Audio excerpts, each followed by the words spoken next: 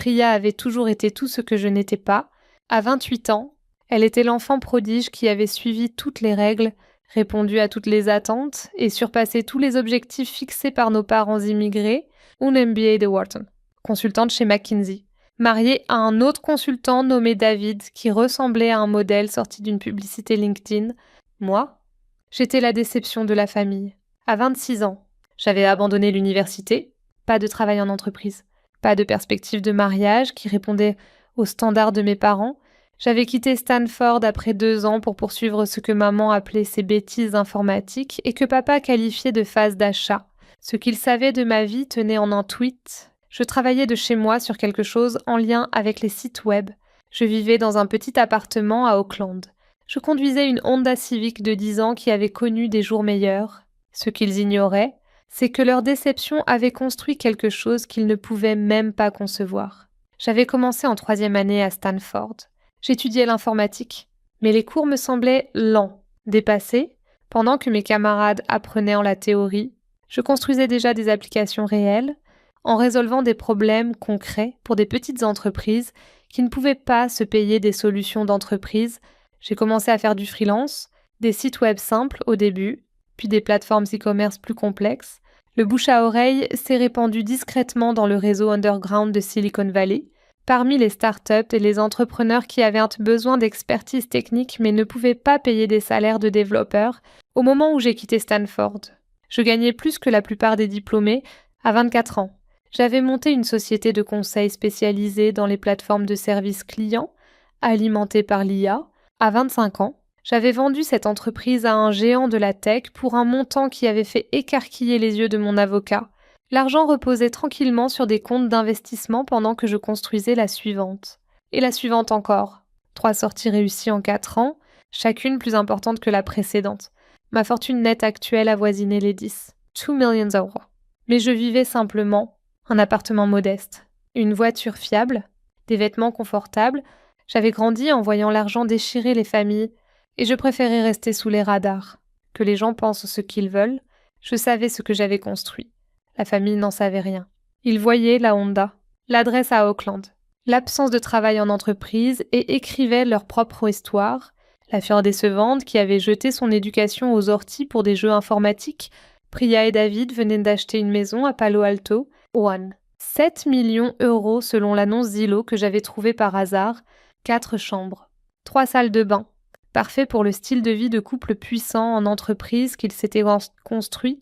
La pendaison de crémaillère était prévue pour samedi après-midi, décontractée mais élégante. Précisait l'invitation, léger rafraîchissement. Visite de la maison.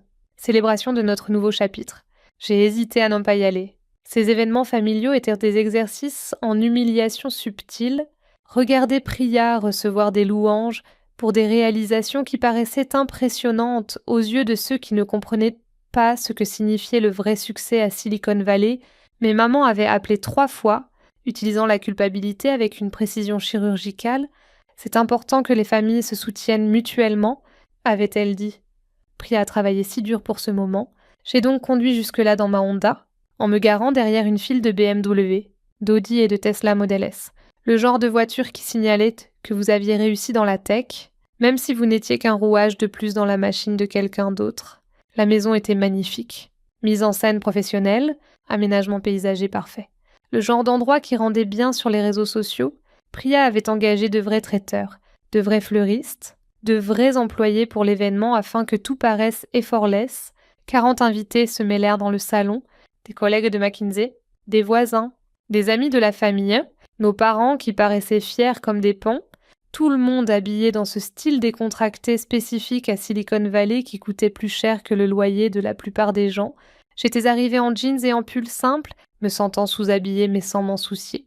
J'ai trouvé maman et papa près de la cuisine, accepté leurs étreintes légèrement déçues. « Asha, bêta » a dit maman. « Tu aurais dû porter quelque chose de plus joli. C'est un événement important. Je suis là pour soutenir Priya. » Ai-je dit « C'est ce qui compte. » Papa a hoché la tête vers ma voiture visible par la fenêtre. « Tu t'es garé derrière la Porsche ? Peut-être déplace la Honda pour qu'elle ne bloque pas les belles voitures. » Ne bloque pas les belles voitures. Comme si ma présence diminuait en quelque sorte l'esthétique, Priya est apparue, radieuse dans une robe crème qui coûtait probablement plus cher que mon loyer. Asha. Tu es venue? Son étreinte était sincère, mais j'ai surpris son regard vers la fenêtre, où ma Honda trônait parmi les véhicules de luxe comme un vilain petit canard. Belle maison, ai-je dit. Félicitations. Merci. David et moi sommes si excités. Viens. Je te fais visiter. La visite de la maison était un cours magistral en supériorité subtile. Priya guidait des groupes à travers chaque pièce, expliquant les choix de rénovation, les meubles de designer, la technologie domotique qui coûtait probablement plus que ce que la plupart des gens gagnaient en un an. La cuisine est ma préférée, a-t-elle annoncé à un groupe de collègues. Plan de travail en marbre italien, appareil Wolf, ébénisterie sur mesure. David plaisante en disant qu'elle est plus belle que la plupart des restaurants. Des murmures appréciateurs du public. Quelqu'un a demandé pour l'hypothèque. Priya Hari. Disons simplement que le salaire chez McKinsey a ses avantages. Je suivais discrètement, écoutant les conversations sur les valeurs immobilières, les districts scolaires, les portefeuilles d'investissement, le genre de discussion qui faisait se sentir sophistiqués tout en révélant à quel point leurs pensées étaient conventionnelles. Puis nous sommes arrivés dans la chambre principale et l'attention de Priya s'est tournée vers moi. « Asha, tu as été si silencieuse, a-t-elle dit assez fort pour que tout le monde entende. Que penses-tu de la maison ? C'est magnifique, ai-je dit honnêtement. Tu devrais en être fière. Nous le sommes. C'est incroyable ce qu'on peut accomplir avec de la concentration et du travail acharné. Son sourire était chaleureux, mais le sous-texte était clair. Concentration et travail acharné que tu n'as jamais appliqué. Une de ses collègues, une femme en blazer coûteux, s'est tournée vers moi. Que fais-tu ? Asha. Je travaille dans la tech, ai-je dit simplement. Oh, formidable. Quelle entreprise. Je suis indépendante. Du conseil. La température dans la pièce a légèrement baissé. Le conseil indépendant à Silicon Valley pouvait signifier n'importe quoi. D'un entrepreneur brillant à un codeur au chômage ramassant des miettes en freelance. Priya est intervenue obligeamment. Asha construit des sites web et des trucs comme ça.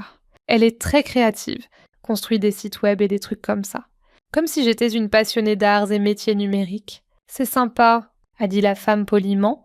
L'économie des gigs offre tant de flexibilité, l'économie des gigs.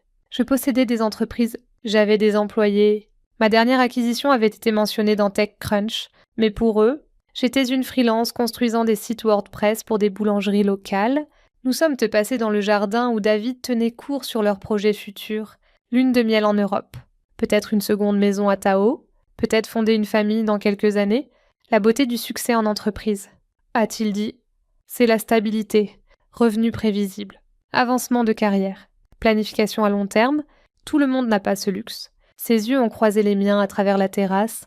La comparaison non dite était évidente. Maman est apparue à mon coude. Tu devrais demander à David s'il y a des opportunités dans sa firme, a-t-elle murmuré. Peut-être qu'ils ont besoin de quelqu'un avec des compétences informatiques. Des compétences informatiques. Comme si j'étais qualifiée pour réparer leurs imprimantes. L'après-midi a continué sur ce schéma. Questions polies sur mon travail de consultante. Suggestions subtiles sur la stabilité et les carrières appropriées. Moqueries douces déguisées en inquiétude. Puis il a été temps de partir. Alors que les invités commençaient à s'en aller, je me suis dirigée vers la rue où j'avais garé la Honda. Le service de voiturier engagé par Priya récupérait les voitures pour les invités trop importants pour marcher 15 mètres. Priya m'a suivi dehors avec plusieurs de ses collègues qui partaient aussi. « Merci d'être venu. Et chat », a-t-elle dit. Ça compte beaucoup d'avoir la famille ici. J'ai déverrouillé la Honda, sa poignée de porte de 10 ans grinçant légèrement. Derrière moi, j'ai entendu le ronronnement doux d'un moteur BMW alors que le voiturier livrait la voiture de quelqu'un. Chauffeur Uber maintenant ? A demandé Priya. Assez fort pour que ses collègues, qui partaient, entendent « Je t'ai vu monter dans cette Honda tout à l'heure. Je pensais que tu avais peut-être commencé à conduire pour un revenu supplémentaire ?» Ses amis ont ri poliment. Le genre de rire qui disait qu'ils comprenaient la blague et appréciaient d'être inclus dans la dynamique familiale. « C'est ma voiture ?» ai-je dit calmement. Bien sûr. Je voulais juste dire « C'est très pratique, très économique. Un choix intelligent pour quelqu'un qui débute. » Qui débute ? À 26 ans, après m'avoir connue toute ma vie. J'étais sur le point de monter dans la voiture quand j'ai entendu des pas rapides derrière moi. Mademoiselle Patel. Mademoiselle Patel. Je me suis retournée pour voir un des voituriers accourir, le visage illuminé de reconnaissance et d'excitation. Mademoiselle Patel. Je ne vous avais pas reconnue sans la Ferrari. Comment allez-vous ? Ça fait des mois que je ne vous ai pas vu au club. Les mots ont frappé le groupe comme une force physique. Le sourire de Priya s'est figé. Ses collègues se sont arrêtés au milieu de leur conversation. « Salut Marcus !» ai-je dit calmement. « Contente de te voir. Vous vous encanaillez aujourd'hui ?» a-t-il demandé avec un sourire. La Honda est un bon changement de rythme.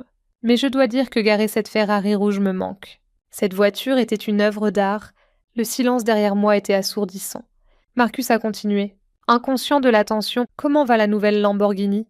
Les gars au country club en parlent encore ? Davidson dit que vous l'avez laissé l'essayer le mois dernier. Elle va bien ?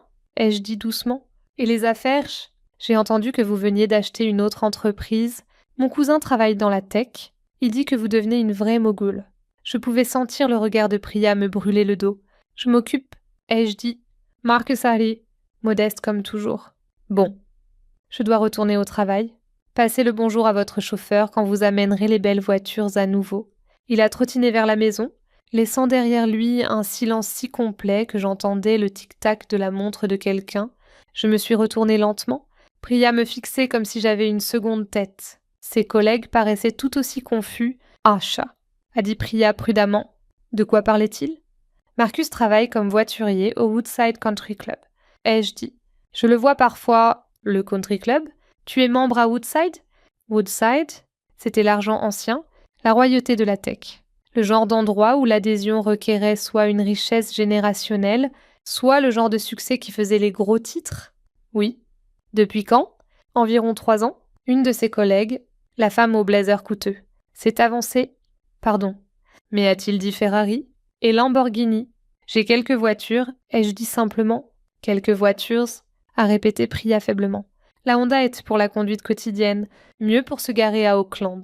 Mais la Ferrari est pour les week-ends. Le groupe traitait cette information comme un ordinateur essayant de faire tourner un logiciel qu'il n'avait pas eu. La petite sœur de Priya, l'abandonneuse d'université.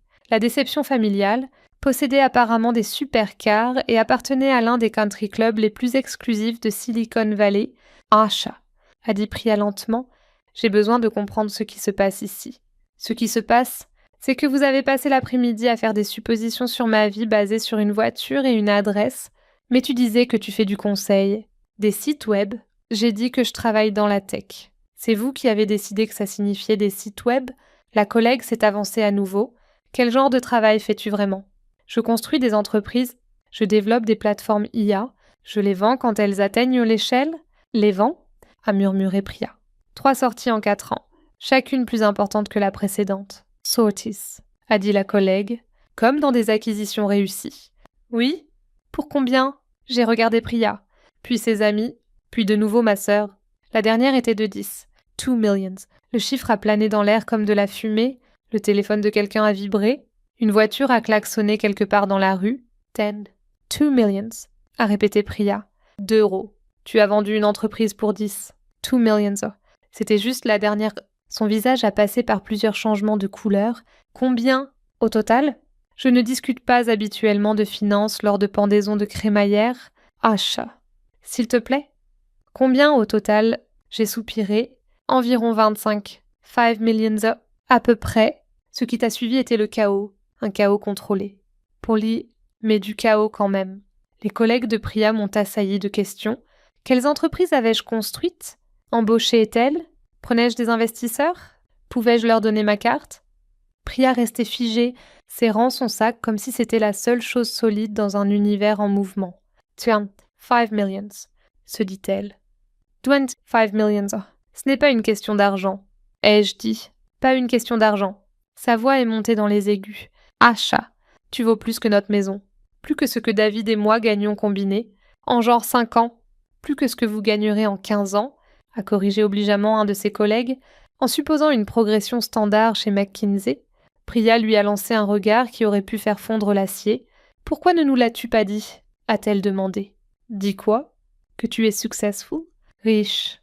Peu importe ce que c'est. Est-ce que ça aurait changé quoi que ce soit aujourd'hui ? » La question l'a stoppée net, parce que nous connaissions toutes les deux la réponse. Si elle avait su que je valais 5 millions, elle n'aurait jamais fait la remarque sur le chauffeur Uber, n'aurait jamais suggéré que je demande à David pour des postes d'entrée de gamme, n'aurait jamais me traité comme l'échec familial devant ses collègues. Mais elle m'aurait traité différemment seulement à cause de l'argent. Pas parce que je méritais un respect de base en tant que sœur. J'ai besoin de digérer ça, a-t-elle dit. Prends ton temps. Je suis montée dans la Honda. J'ai démarré le moteur qui tournait parfaitement depuis 10 ans et je suis partie de la maison parfaite de ma sœur avec sa vie parfaite, qui semblait soudain très petite. Priya et moi prenons un café maintenant, une fois par mois, dans un endroit neutre, des conversations prudentes sur tout sauf l'argent. Elle me demande parfois sur mon travail, mais différemment maintenant, avec du respect au lieu de condescendance. Maman et papa savent la vérité maintenant. Leur déception s'est transformée en fierté déconcertée, mêlée de culpabilité pour des années de critiques subtiles. Ils se vantent auprès de leurs amis et de leurs filles entrepreneuses en tech, oubliant commodément des décennies de suggestions pour que je trouve un vrai boulot. Les dynamiques familiales ont changé de manière permanente. Je ne suis plus le conte moralisateur sur le potentiel gaspillé. Au lieu de ça, je suis l'histoire de succès mystérieuse qu'ils ne comprennent pas tout à fait, mais contre laquelle ils ne peuvent pas argumenter.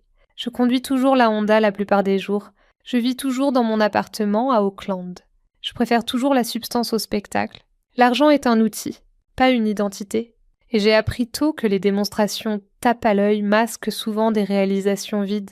Mais le respect, ça ne devrait jamais nécessiter la reconnaissance d'un voiturier pour être gagné. Les collègues de Priya me traitent différemment maintenant quand nous nous rencontrons lors d'événements familiaux. Plus chaleureux, plus intéressés, prompts à partager leurs propres idées de start-up, c'est le problème en miniature. Un respect basé sur la fortune perçue plutôt que sur la valeur inhérente. Les gens qui connaissaient ma valeur avant de connaître ma richesse, mon équipe, mes vrais amis. Les entrepreneurs que je conseille, ils sont toujours les mêmes, parce que les relations authentiques ne se construisent pas sur des relevés bancaires. Priya a appelé la semaine dernière pour les plans de Thanksgiving. Pas de mention de conseils de carrière ou de suggestions sur la stabilité, pas de commentaires sur ma voiture ou mon appartement. Du progrès, je suppose. Certaines leçons mettent du temps à s'imprégner, mais elles finissent par s'imprégner, même pour des sœurs parfaites avec des maisons parfaites et des suppositions imparfaites sur ce que le succès ressemble vraiment.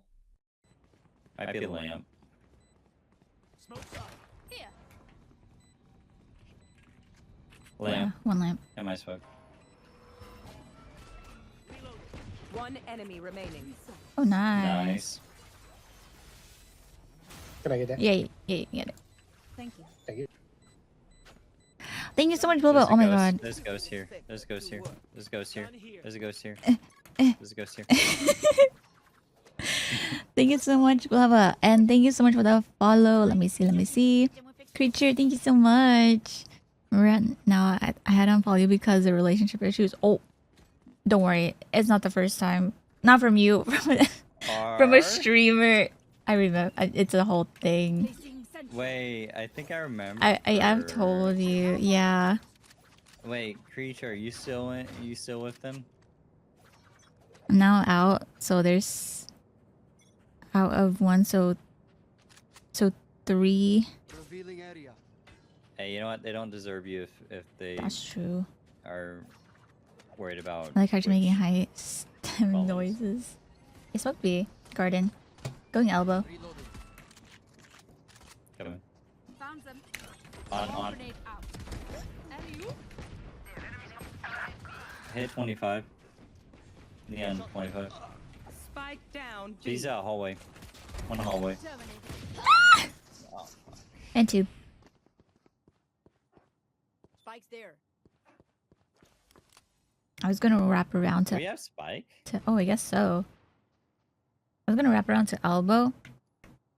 But then I saw Gecko Garden and the Neon pushed me from hall. Someone called Elbow. That was me. I heard it, but it didn't register to me that he was gonna go hallway. Oh. Used to be in the So same I- situation. Guys, hey, you guys' relationship is whatever you want to do with that, but if they're controlling you with that, One enemy remaining. that would be a red flag for me. 1, 2, Wait, he missed. 5, 7, 8, 9, 10, Did he miss the fucking 14, satchel? 18,